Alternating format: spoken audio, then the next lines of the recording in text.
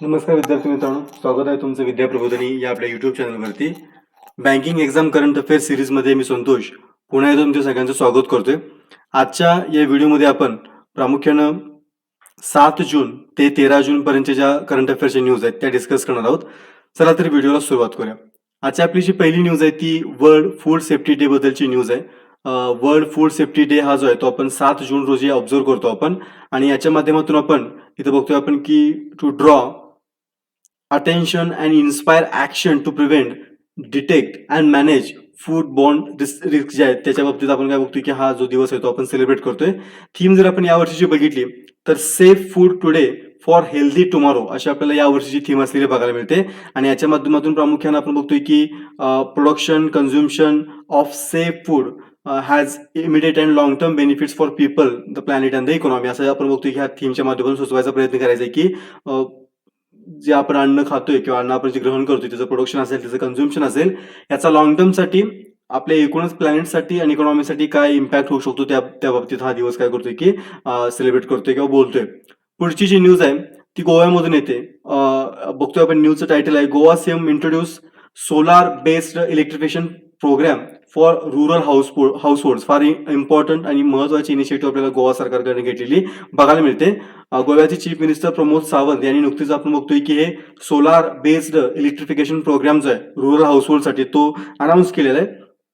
आणि आपण बघतोय the project will bring electricity through renewable energy to areas in Goa where grid electricity is not feasible. जिथं जिथं आपण बघतोय की नॉर्मल ग्रिडच्या माध्यमातून इलेक्ट्रिसिटी पोहोचवणं डिफिकल्ट आहे किंवा इम्पॉसिबल आहे, अशा ठिकाणी आपण बघतोय की या प्रोजेक्टच्या अंतर्गत सोलार एनर्जीचा वापर करून तिथं इलेक्ट्रिफिकेशन साध्य केलं जाणार आहे. आपण बघतोय की या स्कीम खाली किंवा या नवीन प्रोजेक्ट खाली आपण बघतोय की क्लीन अफोर्डेबल आणि रिलायबल एनर्जी आहे ती लोकांच्यापर्यंत पोहोचवायची आहे असं प्रमोद सावंत जे गोव्याचे चीफ मिनिस्टर आहे त्यांनी अनाऊन्स केलेलं आपल्याला बघायला मिळते.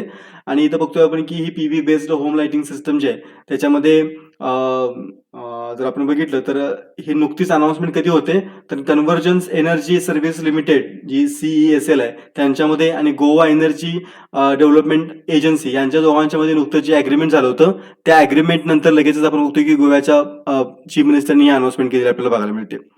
नेक्स्ट न्यूज जी आहे ती बिल गेट्स आणि युरोपियन युनियन यांच्याबद्दलची न्यूज आहे. ग्रीन टेक्नॉलॉजीसाठी हे दोघं मिळून जवळपास $1 बिलियन काय करतायत की ज्याला म्हणतो आपण फंड क्रिएट करण्याचं हे प्रोजेक्टेड आहे. याच्यामध्ये आपण बघतोय की युरोपियन युनियन जे आहे आणि बिल गेट्स हे दोघांची, बिल गेट्सची तुमच्या एनर्जी इन्व्हेस्टमेंट प्रोग्राम जो आहे तो त्यांनी स्थापन केला होता. त्या दोन्हींच्या अंतर्गत आपण बघतोय की जवळपास $1 बिलियनचं हे फंड रेज केलं जाणार आहे. आणि हा जो फंड आहे तो लो कार्बन टेक्नॉलॉजीज जे आहे त्याच्यासाठी हा फंड काय झाला वापरला जाणार आहे. आपण बघतो युरोपियन कंट्रीजमध्ये क्लायमेट चेंज बद्दल फार मोठी अवेअरनेस पसरते आणि क्लायमेट चेंजसाठी फाईट करण्यासाठी ह्या युरोपियन कंट्रीज काय करतात की काम करतायत. आणि त्याच्यासाठीच आपण बघतो की ही पार्टनरशिप असणार आहे. आणि पार्टनरशिप असणार आहे ती गेट्स यांची फाउंडेशन आणि युरोपियन युनियन यांच्या मार्फत हा निधी गोळा केला जाणार आहे. प्रामुख्याने आपण बघतो की प्रायव्हेट कॅपिटल आणि ज्या फिलॉन्थ्रॉपिक फंड्स असतील यांच्या माध्यमातून आणि त्यानंतर युरोपियन युनियन त्यांच्या माध्यमातून अशा दोन्ही प्रकारे हा फंड काय केला जाणार आहे की रेज केला जाणार आहे. आणि जे एम आहे ते जवळपास 820 मिलियन युरोज म्हणजे जवळपास $1 बिलियन हे 2026 पर्यंत काय करायचे की जमा करण्याच्या निधीमध्ये अपेक्षित आहे. पुढची जी न्यूज आहे ती RBI बद्दलची न्यूज आहे. आणि RBIने आपली बाय मंथली मॉनिटरी पॉलिसी नुकतीच डिक्लेअर केली होती जून 2021 ची. तर त्या अनाउन्समेंटच्या काही हायलाइट्स आपण याच्यामध्ये बघणार आहोत. रिझर्व्ह बँकमध्ये आपण बघतोय की बाय मंथली मॉनिटरी पॉलिसी जे की RBIचे गव्हर्नर आपले शक्तिकांत दास यांनी ही पॉलिसी याची डिक्लेअर केलेली आहे. आणि याच्यामध्ये आपण जर बघितलं तर RBI याच्यामध्ये इंडियाचा जो GDP ग्रोथ आहे तो जवळपास 9.5% पर्यंत प्रेडिक्ट केलेला आहे फायनान्शियल इयर 2021-22 साठी असणारा. RBI जर बाकीच्या रेटचा जर विचार केला आपण तर रेपो रेट जो आहे तो रेपो रेट अनचेंज ठेवलेला आहे, जवळपास 4% साठी असेल. आणि जवळपास आपण जर बघितलं तर 6 टाइम कॉन्झिक्युटिव्ह रेपो रेटमध्ये कुठलाही चेंज RBI कडून करण्यात आलेला नाहीये. रिव्हर्स रेपो रेटच्या बाबतीत जर आपण बघितलं त्याला आपण RBI बॉरोइंग रेट देखील म्हणतो आपण, त्याच्यामध्ये देखील कुठल्याही प्रकारचा चेंज करण्यात आलेला नाहीये. तो देखील 3.35% पर्यंत कॉन्स्टंट ठेवलेला आहे. इन्फ्लेशनचं टार्गेट जे असेल ते इन्फ्लेशनचं टार्गेट 4% पर्यंत असेल असं RBIने घोषित केलेलं आहे. मार्जिनल स्टँडिंग फॅसिलिटी रेट जो आहे तो 4.25% पर्यंत असण्याची घोषणा केलेली आहे. त्यानंतर बँक रेट जो आहे तो देखील फार मोठा आणि इम्पॉर्टंट रेट मानला जातो, तो देखील आपण बघतोय की 4.25% पर्यंत असण्याची घोषणा आरबीआयकडे केलेली आहे. आणि जे महत्वाचे रेशोज आहेत त्याच्यामध्ये आपण बघतोय की पहिला कॅश रिझर्व्ह रेशो किंवा सीआरआर तो जवळपास 4% आसपास असणार आहे. त्यानंतर स्टॅट्युटरी लिक्विडिटी रेशो किंवा ज्याला आपण एसएलआर म्हणतो तो देखील 18% आसपास असणार आहे. आणि आरबीआयनं इतर देखील काही ज्याला म्हणतो आपण की अकोमोडेटिव्ह मॉनिटरी पॉलिसी ज्या आहेत ज्या पुढच्या काळासाठी त्या देखील याच्यामध्ये घोषणा केलेली बघायला मिळते. पुढची जी न्यूज आहे ती नवीन अपॉइंटमेंट बद्दलची न्यूज आहे. विद्या प्रकाश यांची आपण बघतोय की नुकतीच जे नॅशनल ग्रीन ट्रिब्युनल आहे त्याच्या रजिस्टर जनरल म्हणून त्यांची अपॉइंटमेंट झालेली आहे. ॲडिशनल सेशन जज म्हणून ते आधी काम करत होते आणि त्यांच्या आता ह्या नॅशनल ग्रीन ट्रिब्युनलच्या रजिस्टर जनरल पदी त्यांची नेमणूक झालेली आहे. याच्या आधीचे रजिस्टर जनरल आशु गर्ग यांचं कोविडमुळं निधन झालं होतं आणि त्यांच्या निधनानंतर आपण बघतोय की ही पोस्ट रिकामी होती, वॅकंट होती. या पोस्टवरती आता विद्या प्रकाश यांची अपॉइंटमेंट होते आणि विद्या प्रकाश जे आहेत ते दिल्ली हायर ज्युडिशियल सर्व्हिसेसमध्ये त्यांची अपॉइंटमेंट होते आधीची आणि तिथून आता ते इकडं नॅशनल ग्रीन ट्रिब्युनलवरती काय करतील की काम करतील. साधारणतः इनिशियल पिरियड त्यांचा जो असेल तो 1 वर्षाचा असलेला आपल्याला बघायला मिळतो. पुढची जी न्यूज आहे ती इंडियन नेव्हीमधून न्यूज येते. इंडियन नेव्हीने काय केलं नुकतंच सगळ्यात ओल्डेस्ट हायड्रोग्राफिक सर्वे शिप जी होती INS संध्यांग याची नुकतंच डिकमिशन झालेलं आहे आणि त्याच्याबद्दलची ही न्यूज आहे. 4 जून 2021 रोजी INS संध्यांग जी आहे ती इंडियन नेव्हीमधनं आपण काय बघतो की डिकमिशन झालेलं आहे. नेव्हल डॉकयार्ड जे आहे विशाखापट्टणमचं इथं तो डिकमिशनचा जो सेरेमनी आहे तो पार पडलेला बघायला मिळतो आपल्याला. संध्यांगनं जवळपास आपण बघतोय की 40 वर्षांची सर्व्हिस इंडियन नेव्हीला प्रोव्हाइड केलेली आहे आणि याच्यामध्ये आपण बघतोय की या आपल्या शिपने जवळपास 4 मेजर ऑपरेशन्समध्ये काम केलं होतं. त्यातली ही मेजर ऑपरेशनमध्ये पहिलं बघतो ऑपरेशन पवन जे आहे जे श्रीलंकामध्ये 1987 मध्ये झालं होतं त्याच्यामध्ये यांनी पार्टिसिपेट केलं होतं या शिपने. त्यानंतर Operation Rainbow for humanitarian assistance in the aftermath of the tsunami 2004. तर ही काही 2 महत्वाचे ऑपरेशन्स बघतोय आपण ज्याच्यामध्ये यांनी पार्टिसिपेट केलं होतं. आणि टायगर ट्रीम जी झाली होती US आणि इंडोमधली एक्सरसाइज 2019ची त्याच्यामध्ये देखील आपण बघतोय की संध्यांगनं पार्टिसिपेट केलेलं आपल्याला बघायला मिळते. तर नुकतीच ही संध्यांग बघतोय आपण की इंडियन नेव्हीमधनं डिकमिशन झालेली आहे. नेक्स्ट न्यूज आहे ती इंडियामधल्या FDI फ्लो बद्दलची न्यूज आहे. तर फॉरेन डायरेक्ट इन्व्हेस्टमेंटच्या बाबतीत जर बघितलं आपण तर US म्हणजे United States of America become second largest source of FDI to India. भारतासाठी आपण जर बघितलं तर जो काही FDI भारतामध्ये येतोय वेगळ्या देशांच्या मधून त्याच्यामध्ये आता USA हा दुसऱ्या क्रमांकावरचा देश बनलेला आहे. आपण बघतोय की USAनं मॉरिशसला रिप्लेस केलेला आहे. याच्या आधी आपण जर बघितलं तर पहिल्या नंबरवरती सिंगापूर होता म्हणजे बऱ्याच काळापासून सिंगापूर आहे आणि दुसऱ्या नंबरवरती आपण बघतोय की फार वर्षांपासून मॉरिशस हा होता. पण आता नुकतेच आपण बघतोय की या फायनान्शियल इयरमध्ये गेलेल्या मॉरिशसला रिप्लेस करून USA हा आता काय बनलेला आहे की भारताचा दुसऱ्या क्रमांकाचा FDI सोर्स बनलेला आहे. आणि जर आपण बघितलं तर 2020-21 मध्ये जो इन्फ्लो आहे US डॉलरचा तो जवळपास 13.82 बिलियन डॉलरचा इन्फ्लो आपल्याला बघायला मिळतो भारतामध्ये FDIच्या माध्यमातून US मधून भारतामध्ये आलेला आणि हा गव्हर्नमेंटचा ऑफिशियल डेट आहे. सिंगापूर मी म्हटल्याप्रमाणे की टॉपच्या पोझिशनवरती फॉरेन डायरेक्ट इन्व्हेस्टमेंटमध्ये आहे आणि सिंगापूरमध्ये जवळपास या फिस्कल इयरमध्ये 17.41 बिलियन इतका जो इन्फ्लो आहे FDIचा तो झालेला आपल्याला बघायला मिळतोय.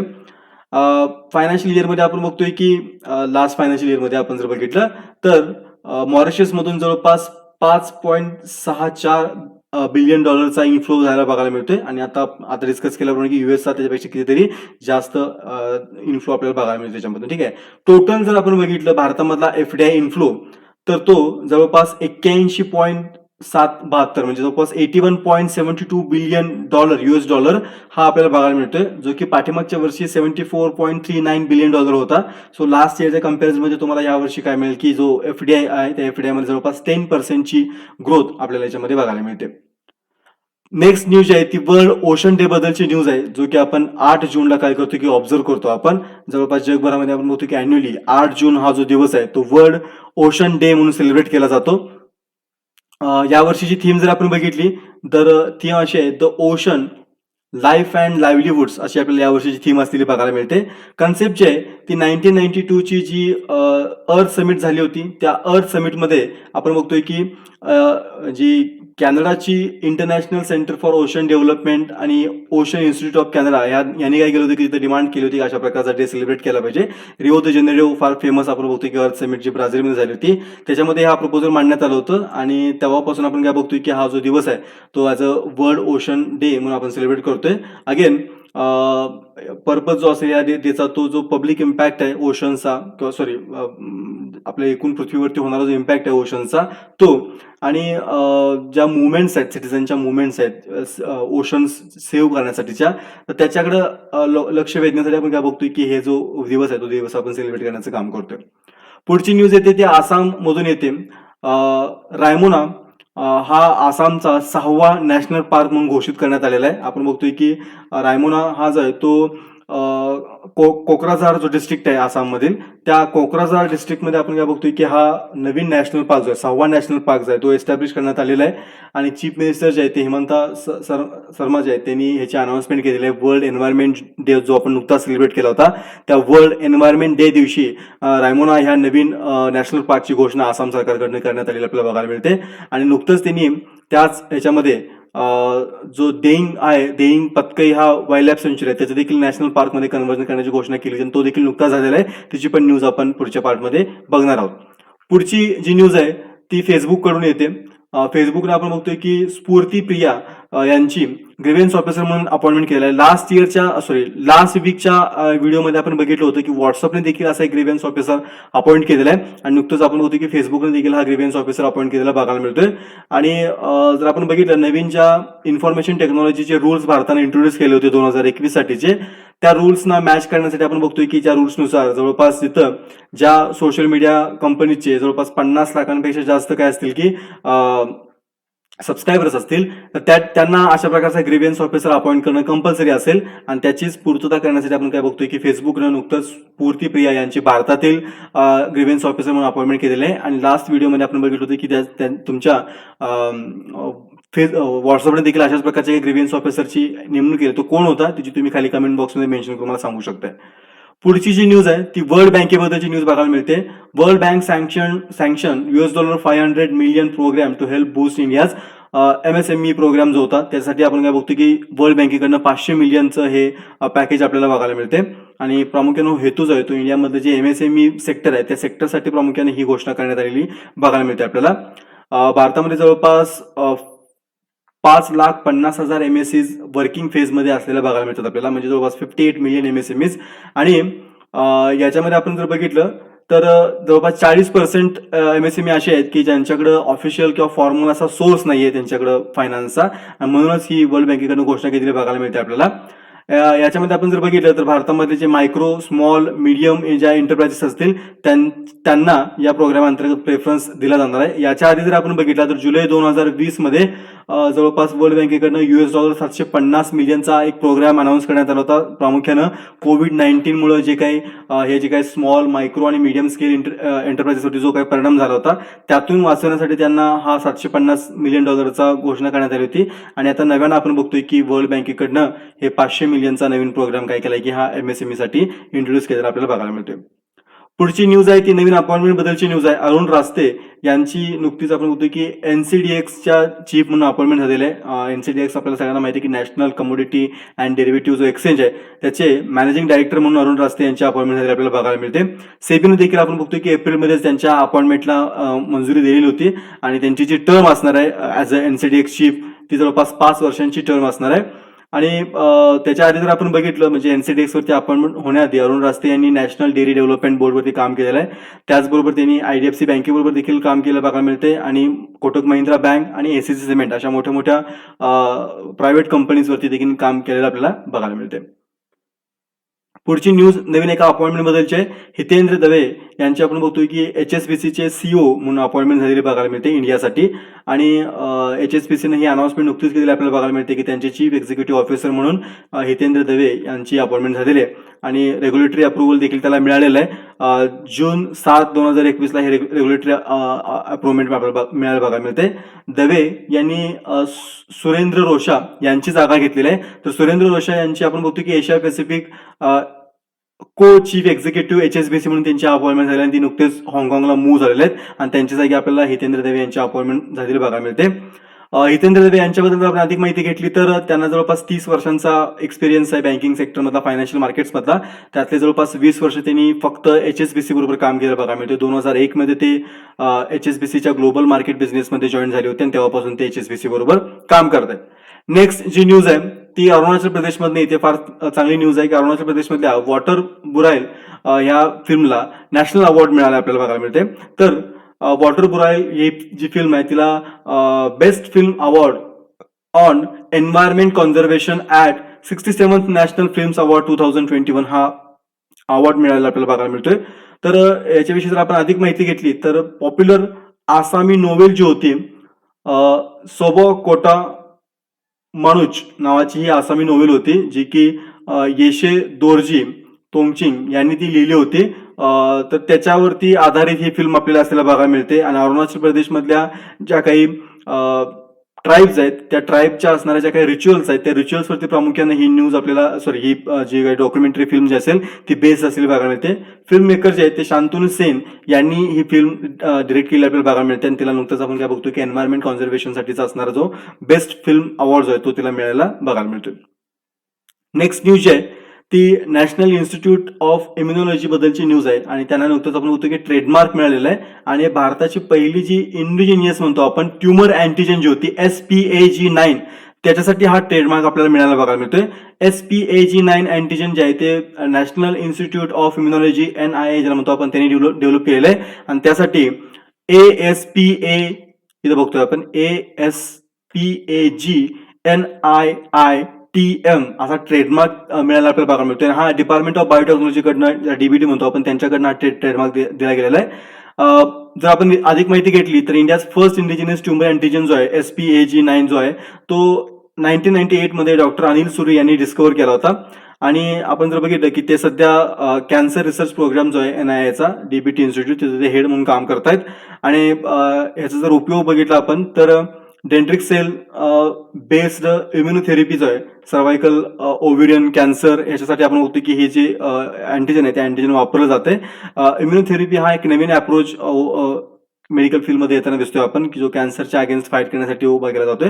तर त्याच्या अंतर्गत आपण बघतो की हे अँटीजन आणि त्याला मिळालेलं हे ट्रेडमार्क फार महत्वाची न्यूज ठरते आपल्याला. पुढची न्यूज आहे ती आसामी लिटरेचर मधले डॉक्टर लक्ष्मी नंदन यांच्याबद्दलची न्यूज आहे की त्यांचं नुकतंच निधन झालं होतं. तर त्यांच्याबद्दल जर आपण अधिक माहिती घेतली तर हे आसामी लिटरेचरमध्ये त्यांचं मोठं नाव आहे. वयाच्या 89व्या वर्षी त्यांचं निधन झालेलं आहे. आणि 1932 मध्ये त्यांचा हातीचुंग इथं त्यांचा जन्म झाला होता आसाममध्येच. त्यानंतर आपण जर बघितलं तर the first person to be awarded a doctoral degree in metrology by the university ही त्यांची महत्वाची पहिली अचिव्हमेंट असलेली आपल्याला बघायला मिळते. त्यानंतर आपण जर बघितलं तर प्रेसिडेंट ऑफ आसाम साहित्य सभा 1996-97 मध्ये त्यांनी सर्व केलं बघायला मिळते. Then member of Planning Commission of Assam म्हणून त्यांनी काम केलेलं आहे. अजून जर त्यांच्या बुक्स विषयी माहिती घेतली आपण तर फर्स्ट शॉर्ट स्टोरी टायटल बोना ही त्यांची आपण बघतोय आसामी मॅगझिन मध्ये पब्लिश झाली होती 1994 ला. त्याच्यानंतर आपण जर बघितली तर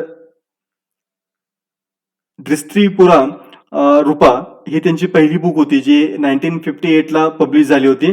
आणि त्यानंतर त्यांच्या ज्या नोवेल आहेत त्याच्यामध्ये आपण होती की गोंगा सिल्वर पकिंग ही 1963 नोवेल त्यांची पब्लिश झाली आपल्याला बघायला मिळते. अचिव्हमेंट जर बघितली आपण तर त्यांना पद्मश्री अवॉर्डनं सन्मानित करण्यात आलं होतं 2015 मध्ये.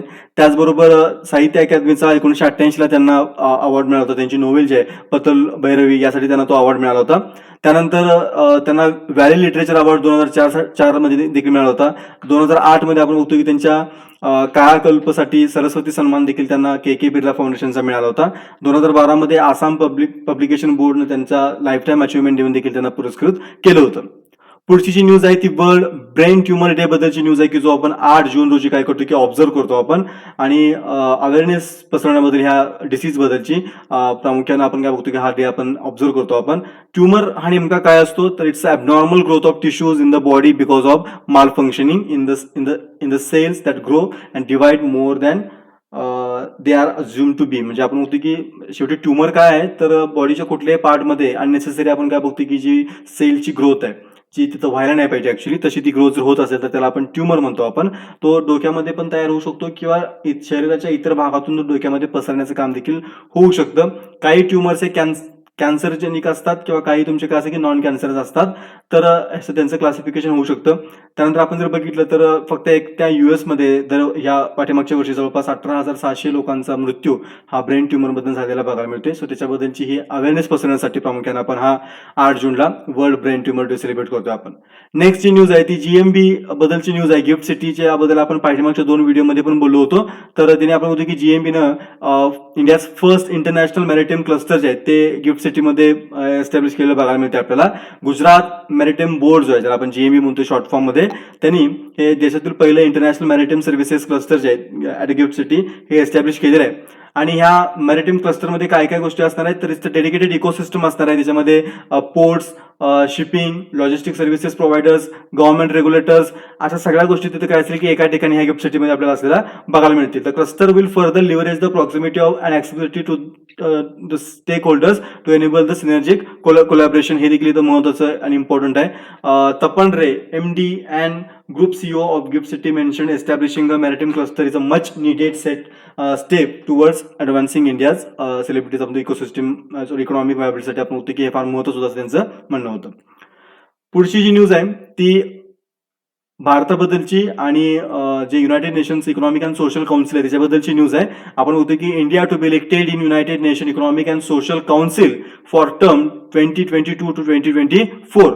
2022 ते 24 या कालावधीसाठी युनायटेड नेशनच्या इकॉनॉमिक अँड सोशल काउन्सिलवरती भारताची अपॉइंटमेंट झालेली आपल्याला त्याच्यामध्ये बघायला मिळते. ह्याच्यामध्ये आपण जर अजून डिटेलमध्ये गेलो तर भारताचे जे तिथले युनायटेड नेशन्समधले अँबॅसेडर आहेत TS त्रिमूर्ती यांनी याच्याबद्दल सगळ्या त्या बॉडीचं आभार मानले आहेत की भारताची अपॉइंटमेंट प्रामुख्याने याच्यावरती बघायला मिळते. ज्या युनायटेड नेशनच्या ज्या काही मेजर ज्याला म्हणतो आपण काय म्हणू आपण की त्याला विंग्स आहेत त्या विंग्सपैकी एक आपल्याला असलेल्या बघायला म्हणजे United Nation Economic and Social council जे आहे त्याच्यामध्ये भारताची अपॉइंटमेंट होते. आणि एशिया पॅसिफिक स्टेट कॅटेगरीमध्ये ही भारताची अपॉइंटमेंट झालेली आहे. भारताबरोबर त्याच्यामध्ये अफगाणिस्तान, कझाकस्तान, ओमन यांची देखील आपण काय बघतो की अपॉइंटमेंट याच्यामध्ये झालेली बघायला मिळते. नेक्स्ट न्यूज जी आहे ती बिटकॉइन बद्दलची परत न्यूज येते. Solar powered bitcoin mining facility जी आहे ती USA मध्ये इंट्रोड्यूस करण्याचं प्लॅनिंग होत आहे. Blockchain technology company Blockstream mining जे आहे त्यांनी नुकतंच आपण बघतो की अनाउन्समेंट केली होती एका ब्लॉगमध्ये की जवळपास $5 मिलियन ते सोलार सेटअप करतायत, ज्याच्या मार्फत काय होणार आहे की पूर्णपणे 100% रिन्युएबल एनर्जीवरती बेस्ड बिटकॉइन मायनिंग पॉसिबल होणार आहे. कारण का रिसेंटली आपण जर बघितलं असेल तर टेस्लाचे CEO इलॉन मस्क यांनी ट्विट केलं होतं की आम्ही बिटकॉइन ऍक्सेप्ट नाही करणार कारण काय बिटकॉइन कसे आहेत की एन्व्हायरमेंट फ्रेंडली नाही आहेत. तर त्याच्या दृष्टीने आपल्याला ही फार महत्त्वाची ऍडव्हान्समेंट बघायला मिळते की रिन्युएबल एनर्जीच्या माध्यमातून बिटकॉइन मायनिंग असणार आहे. 100% रिन्युएबल एनर्जीच्या माध्यमातून बिटकॉइन मायनिंग होणार हा पहिलाच प्रोजेक्ट मे बी युनायटेड स्टेट्समध्ये एस्टॅब्लिश केला जाणार आहे. नेक्स्ट न्यूज आहे ती 100% वॅक्सिनेशन बद्दलची न्यूज आहे. वेयान नावाचं खेड आहे जम्मू आणि काश्मीरमध्ये बंदीपुरा डिस्ट्रिक्टमध्ये हे खेड आपल्याला असलं बघायला मिळते. आणि तिथं 100% अडल्ट पॉप्युलेशन जे आहे तिचं वॅक्सिनेशन झालेलं आपल्याला बघायला मिळते. जम्मू आणि काश्मीर बंदीपुरा डिस्ट्रिक्ट आपण आताच बोलल्याप्रमाणे येतं 18 वर्ष पूर्ण झालेल्या सगळ्या लोकांचं वॅक्सिनेशन कम्प्लीट झालेलं आहे. आणि फार दुर्गम असा भाग होता आणि रिमोट पार्ट होता. जवळपास वॅक्सिनेटर जे होते त्यांना 18 किलोमीटरपर्यंत चालत जावं लागलं, पण तरी देखील त्यांनी हे टास्क कंप्लीट केला आणि हे जे खेड आहे ते पूर्णपणे 100% अडल्ट पॉप्युलेशन वॅक्सिनेशन कंप्लीट झालेलं आपल्याला बघायला मिळते. नेक्स्ट न्यूज आहे ती फ्लिपकार्टमधून येताना बघायला मिळते. फ्लिपकार्टने काय केलं आहे की Flipkart introduces QR based pay on delivery options for consumers. हा एक नवीन इनिशिएटिव्ह आपल्याला फ्लिपकार्टकडनं सुरू झालेली बघायला मिळते. आपण होते की ई कॉमर्स मार्केट प्लेसमध्ये आपण काय बघतो की हे QR बेस्ड पेमेंट फॅसिलिटी त्यांनी लॉन्च केलेली आहे. कॉन्टॅक्टलेस पेमेंट याच्यामध्ये होणार आहे.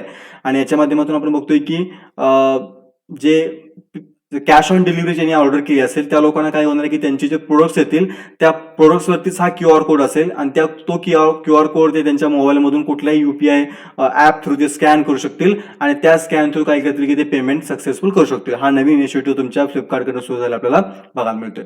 नेक्स्ट न्यूज जी आहे ती नीती आयोग आणि सेंट्रल बँक आणि इंडियन ओव्हरसीज बँक यांच्याबद्दलची न्यूज आहे. रिसेंटली आपण जर बघितलं असेल तर गव्हर्नमेंट बऱ्याच सरकारी कंपन्यांचं, सरकारी बँकांचं खासगीकरण किंवा प्रायव्हेटायझेशनच्या त्यांचं चालू आहे. आणि त्याचाच एक पार्ट म्हणून आपण बघतोय की सेंट्रल बँक आणि इंडियन ओव्हरसीज बँक यांच्या प्रायव्हेटायझेशनचा जो काही प्लॅन आहे तो नीती आयोगाने डिक्लेअर केलेला बघायला मिळतो आपल्याला. फायनान्स मिनिस्टर निर्मला सीतारामन यांनी आपल्या 2021च्या बजेट स्पीचमध्ये ह्या सगळ्या गोष्टींची अनाउन्समेंट केली होती. आणि त्याचाच एक भाग म्हणून आपण काय बघतोय की गव्हर्नमेंट आता सेंट्रल बँक मधला आणि इंडियन ओव्हरसीज बँक मधला जो आपला स्टेक आहे तो स्टेक विकण्याच्या तयारीत आहे. रिसेंटली आपण जर बघितलं तर BPCL सारख्या मोठ्या कंपनीज देखील क्यूमध्ये आहेत, की ज्यांचं देखील सरकारकडनं काय होणार आहे, की प्रायव्हेटायझेशन कंप्लीट केलं जाणार आहे. आणि ह्या पब्लिक सेक्टर बँकांचं नुकतंच आपण काय बघतोय, की डिसइन्व्हेस्टमेंटची प्रोसेस ही नीती आयोगाकडनं कशाप्रकारे होणार आहे त्याची अनाउन्समेंट झालेली बघायला मिळते आपल्याला. नेक्स्ट पुढची न्यूज आहे ती RBI गव्हर्नर महेश कुमार जैन यांच्याबद्दलची न्यूज आहे. त्यांना 2 वर्षांचं एक्सटेन्शन मिळालेलं बघायला मिळतं आपल्याला. आपण बघतोय की ते RBIचे डेप्युटी गव्हर्नर म्हणून काम करतायत आणि जून 2022 पासून 2021 ला त्यांची टर्म कंप्लीट होत होती, पण त्यांना as a RBI deputy governor म्हणून त्यांना 2 वर्षांचे काय मिळाले, की एक्सटेन्शन मिळालेलं आपल्याला बघायला मिळते. पुढची न्यूज परत एका नवीन अपॉइंटमेंट बद्दलची न्यूज आहे. अनुप चंद्र पांडे यांची नुकतीच आपण बघतोय की इलेक्शन कमिशनर म्हणून अपॉइंटमेंट झालेली बघायला मिळते आपल्याला. ह्याची पण न्यूज आपण पाठीमागच्या 2 व्हिडिओमध्ये बघितली होती. आपण बघितलं असेल तर आता नुकतंच पुढच्या काही काळामध्ये UP, त्यानंतर पंजाब, गोवा, मणिपूर, उत्तराखंड या स्टेट्समधले इलेक्शन जे आहेत ते 2022 मध्ये होणं अपेक्षित आहे. आणि त्यामुळे त्या दृष्टीचा विचार करून इलेक्शन कमिशनमध्ये आपण बघतो की अनुप चंद्र पांडे यांच्या अपॉइंटमेंट झाले बघायला मिळते. युनियन गव्हर्नमेंटने ही अपॉइंटमेंट त्यांची कन्फर्म केलेली आहे ॲज अ इलेक्शन कमिशनर म्हणून. आणि आता आपण बघतोय की रिसेंटली आपण जर बघितलं असेल तर चीफ इलेक्शन कमिशनर जे होते सुनील अरोरा ते रिटायर झाले होते आणि त्यांच्या रिटायरमेंट नंतर जी 3 लोकांची बॉडी होती इलेक्शन कमिशनची ती आता एक पोस्ट त्यामधली व्हॅकंट होती, तर ती पोस्ट आता आपल्याला फुलफिल झालेली बघायला मिळते. सो जी फुल स्ट्रेंथ आहे ती फुल स्ट्रेंथ तुमच्या इलेक्शन कमिशन अटेंड केलेली बघायला मिळते, जेणेकरून पुढच्या जे इलेक्शन्स आहेत त्या इलेक्शन्स अगदी काय होतील की सुरळीत पार पडतील. त्यांची जी अपॉइंटमेंट असणार आहे ती पुढच्या 3 वर्षांसाठी असणार आहे. 2024च्या फेब्रुवारीमध्ये त्यांची रिटायरमेंट काय की अपेक्षित असलेली आपल्याला बघायला मिळते. नेक्स्ट जी न्यूज आहे ती बेंगलुरू इंटरनॅशनल एअरपोर्ट बद्दलची न्यूज आहे की त्यांना नुकताच एनर्जी न्यूट्रल स्टेटस प्राप्त झालेला आहे. जर आपण बघितलं वर्ल्ड एन्व्हायरमेंटल डेच्या ह्या धर्तीवरती आपण जर बघितलं Bangalore international airport limited BIAL यांनी अनाउन्समेंट केलेलं आहे की केम्पेगौडा इंटरनॅशनल एअरपोर्ट जे आहे त्यांनी हा एनर्जी न्यूट्रल स्टेटस जो आहे 2020-21 फिस्कल इयरसाठी तो प्राप्त केलेला बघायला मिळतोय. आणि त्यांच्या ह्या अँबिशियस गोल पैकी हे गोल असलेलं त्यांचं म्हणणं आहे की 2020-21 साठी नेट एनर्जी न्यूट्रलचा जो त्यांचा गोल होता त्या गोलचाच एक पार्ट म्हणून त्यांनी हे अचीव्ह केलेलं बघायला मिळते. त्यांच्या म्हणण्यानुसार 2021-22 मध्ये 90% ऑफ इट्स एनर्जी इक्विपमेंट जे होते रिक्वायरमेंट जी होती ती रिन्युएबल एनर्जी सोर्सेसच्या माध्यमातून त्यांनी पूर्ण केलेली बघायला मिळते. फार मोठी फिगर आहे बघा. जवळपास त्या एअरपोर्टला लागणाऱ्या 90% एनर्जी रिक्वायरमेंट जी होती ती त्यांनी रिन्युएबल सोर्सेसच्या माध्यमातून फुलफिल केलेली बघायला मिळते. आणि याच्या माध्यमातून त्यांनी जवळपास 22 लाख युनिट 22 लाख युनिट जे होते ते त्यांनी सेव्ह केलेले आहेत. जे 22 लाख युनिट्समध्ये जवळपास आपण बघतोय की काय झालं असतं तर याच्यामधून जवळपास 9,000 हाऊसेस जे आहेत त्यांना महिनाभर वीज याच्यातून पुरवली जाऊ शकली असती. इतकी एनर्जी आपण काय बघतो की त्यांनी सेव्ह केलेली बघायला मिळते. आणि ज्या काही त्यांनी ऑप्टिमायझिंग हिटिंग असेल, व्हेंटिलेशन असेल, एअर कंडिशनिंग गोष्टी असतील ह्या ज्या गोष्टींचं ऑप्टिमायझिंग केलं होतं त्याच्यामुळे जवळपास 17 लाख युनिट्सचं सेव्ह त्यांनी केलेलं बघायला मिळते आपल्याच्यामध्ये. सो फार चांगला इनिशिएटिव्ह बेंगलोर इंटरनॅशनल एअरपोर्टकडे घेतलेला इथं आहे. पुढची न्यूज आहे ते एका मोठ्या डील बद्दलची न्यूज आहे. इंडियन नेव्ही आपण बघतोय की MH-60 Romeo multi role helicopter जे आहे ती US कडनं नुकतंच रिसिव्ह करणार आहे जुलै 2022 मध्ये. आणि याचा जो जी डील आहे ती जी डील कंप्लीट झालेली बघायला मिळते आपल्याला. फेब्रुवारी 2020 मध्ये भारतानं आपण बघतोय की जवळपास 15,000 कोटींची जी डील आहे ती US मधील लॉकहेड मार्टिन यांच्या बरोबर ती डील साईन केली होती. आणि त्याच्या अंतर्गत आपण बघतोय की भारताच्या पायलटची पहिली बॅच आहे ती पहिली बॅच US मध्ये दाखल झालेली आहे ह्या हेलिकॉप्टरचं ट्रेनिंग घेण्यासाठी. वैशिष्ट्य जर आपण बघितली तुमच्या MH-60 रोमिओची तर हे जे आहे ते equipped with multiple radars, night vision devices असतील, हिल फायर मिसाइल्स, टॉर्पिडोज आणि प्रिसिशन गाइडेड मिसाइल्स आहेत याने हे आपण म्हणतो की जे हेलिकॉप्टर्स ब्लेस्ड असतील. त्यानंतर हे जे MH-60 रोमिओ असतील ते क्रुझर, एअरक्राफ्ट कॅरियर्स, डिस्ट्रॉयर्स, त्यानंतर फ्रिगेट्स या सगळ्यांच्यावरून ते उड्डाण करण्यासाठी काय असेल की सक्षम असतील. आणि आपण बघतोय की सर्च रेस्क्यू ऑपरेशन्स असतील किंवा सबमेरिनना नॉकआउट करणं असेल अशा वेगळ्या मल्टीपर्पजसाठी आपण काय बघतोय की हे जे MH-60 रोमिओ आहे त्यांचा यूज केला जाणार आहे. आणि तो डील नुकतीच पार पडलेला आहे आणि भारतामध्ये लवकर काय होतील की हे MH-60 रोमिओ दाखल होतील. पुढची जी न्यूज आहे ती परफॉर्मन्स ग्रँडिंग इंडेक्स बद्दलची न्यूज आहे. जे युनियन एज्युकेशन मिनिस्टर आहेत रमेश पोखरियाल यांनी आपण बघतोय निशंक या टायटल खाली हा जो रिपोर्ट आहे तो रिपोर्ट पब्लिश केलेला बघायला मिळतो. आपण रिपोर्ट विषयी जर आपण अधिक माहिती घेतली तर स्टेट्स आणि युनियन टेरिटरीज यांच्यामध्ये आपण बघतोय की दोनच्या बाबतीत 2021 मध्ये पहिल्यांदा हा रिपोर्ट पब्लिश करण्यात आला होता. त्याच्यामध्ये 2017-18ची जी आकडेवारी होती ती ॲज अ रेफरन्स म्हणून यूज करण्यात आली होती. आणि या PGI मार्फत किंवा परफॉर्मन्स ग्रँडिंग इंडेक्स मार्फत आपण काय बघतोय की स्टेट्समधील स्कूल एज्युकेशन, त्यानंतर जो सेव्हरल रिसोर्सकडून जो डेटा येतोय, त्यानंतर डिस्ट्रिक्ट डेटा जो येतोय, education plus, national achievement survey, mid day meal, अशा वेगवेगळ्या स्कीम आहेत. याच्यामार्फत जो डेटा मिळतोय त्या डेटाच्या आधारावरती आपण काय बघतोय की असेसमेंट केली जाते आणि या असेसमेंटच्या आधारे आपण काय बघतोय की हा रिपोर्ट पब्लिश केला जातो. पॅरामीटर्स आणि जर आपण याची कॅटेगरीज बघितल्या तर 5 प्रमुख कॅटेगरीज आपल्याला ह्या PGI आपल्याला बघायला मिळतील. पहिली कॅटेगरी ती म्हणजे की ऍक्सेस. तर ऍक्सेस कशाचा? तर एनरोलमेंट रेशो, ट्रान्झिशन रेट आणि रिटेन्शन रेट ह्या सगळ्याचा ऍक्सेस तुम्हाला याच्यामध्ये असला पाहिजे. दुसरा पॅरामीटर आहे तो म्हणजे की गव्हर्नन्स अँड मॅनेजमेंट, हा त्याचा दुसरा पॅरामीटर आहे. तिसरा इन्फ्रास्ट्रक्चर हा पॅरामीटर असेल. चौथा इक्विटी कशामध्ये? तर difference in performance between schedule caste and students and general category students आहे त्याच्यामध्ये कुठल्या प्रकारचा डिफरन्स असता कामा नये. आणि पाचवा आहे तो लर्निंग आउटकम जे असतील म्हणजे average score in mathematics, science, language and social science, याच्या सगळ्या 5 ह्या कॅटेगरींचा वापर करून आपण काय बघतोय की हा जो PGI इंडेक्स आहे तो इंडेक्स तयार करण्याचं काम होतंय आणि तो नुकताच पब्लिश झालेला बघायला मिळतो आपला. नेक्स्ट एक नवीन अपॉइंटमेंट आहे. फक्त लक्षात ठेवा ना की CK मैगा यांच्या आपण काय बघतोय की ॲज अ मालीचे नवीन प्राईम मिनिस्टर म्हणून त्यांची अपॉइंटमेंट झालेली आपल्याला बघायला मिळते. मालीचे प्रेसिडेंट असिमी गोईता यांनी काय केलेलं आहे की यांना त्यांच्या प्रधानमंत्री पदाची शपथ दिलेली, त्यांची नुकतीच काय झाली की अपॉइंटमेंट झाली बघायला मिळते. बाकीचे जास्त डिटेल्स यामधल्या लक्षात ठेवणं आवश्यक नाहीये. नेक्स्ट एक महत्वाची न्यूज इथे येते की EIU कडनं 2021चा रिपोर्ट पब्लिश झालेला आहे आणि न्यूझीलंडची जी ऑकलंड सिटी आहे ती वर्ल्ड्स मोस्ट लिव्हेबल सिटी म्हणून तिचं काही तिनं टॉप पोझिशन गेन केलेली आपल्याला बघायला मिळते. तर फार महत्वाची न्यूज आपल्याला बघायला मिळते आणि हे कोरोना व्हायरस पॅन्डेमिकच्या सिच्युएशनमध्ये बऱ्यापैकी आपण बघतोय की हा जो रिपोर्ट आहे त्या रिपोर्टमध्ये मोठा शिफ्ट आपल्याला झालेला बघायला मिळतोय. इकॉनॉमिक्स इंटेलिजन्स युनिट जे आहे EIU त्यांच्याकडनं जवळपास 140 सिटींचं याच्यामध्ये त्या सिटीमध्ये असणारी स्टॅबिलिटी, तिथलं infrastructure, education, access to health care, अशा वेगळ्या ज्याला म्हणतो आपण की पॅरामीटर्सचा अभ्यास करून हे रँकिंग ठरवण्यात आलं होतं आणि त्याच्यानुसार आपण बघतो की ऑकलंड ही न्यूझीलंडमध्ये सिटी आहे ती वर्ल्ड्स मोस्ट लिव्हेबल सिटी म्हणून आपण काय बघतो की अनाऊन्स झालेली आपल्याला बघायला मिळते. कोरोना व्हायरस पॅन्डेमिकच्या सिच्युएशनमध्ये आपण आताच बोलल्याप्रमाणे की याच्यामध्ये मेजर शिफ्ट असलेला बघायला मिळतोय.